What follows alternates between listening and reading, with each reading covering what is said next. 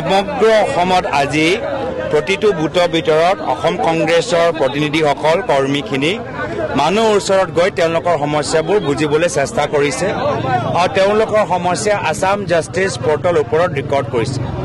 পৰৱৰ্তী দিনত যেতিয়া কংগ্ৰেছৰ চৰকাৰ আহিব আসাম জাষ্টিছ পৰ্টেলত যিবোৰ সমস্যা আজি ৰেকৰ্ড হ'ল সেইবোৰ সমস্যাবোৰক আমি আটাইতকৈ বেছি প্ৰাথমিকতা দি আমি সমাধান কৰিম।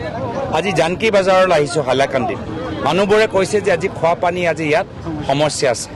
আজি খোৱা পানীৰ আজি দায়িত্বকাৰ যিজন মন্ত্ৰীৰ দায়িত্ব আছে সেয়াজন মুখ্যমন্ত্ৰী হিমন্ত বিশ্ব শৰ্মা ডাঙৰীয়া ঘনিষ্ঠ।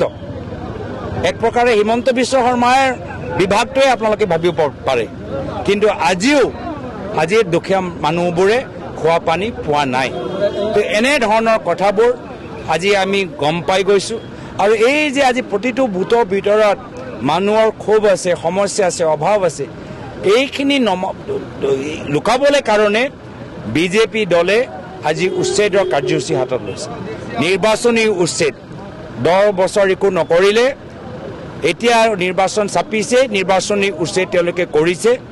আমাৰ কথা স্পষ্ট, যদি কোনোবা বাংলাদেশী হিচাপে যি আইন তেওঁলোকৰ ওপৰত ব্যৱহাৰ হ'ব লাগে সেই আইনটো ব্যৱহাৰ কৰক, ভাৰতৰ পৰা বিদায় দিয়ক।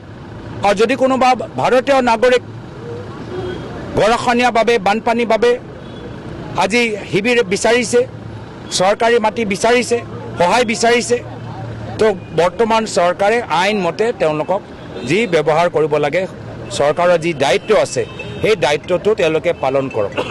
কোনো দুখীয়া মানুহক আজি তেওঁলোকৰ গৰাখহনীয়াৰ বাবে যদি বানপানীৰ বাবে যদি তেওঁলোকৰ ঘৰ বাৰী মাটি গুচি গৈছে, তেওঁলোকৰ ধৰ্ম নেদেখি চৰকাৰে নিজৰ সাংবিধানিক কৰ্তব্যটো পালন কৰাটো উচিত।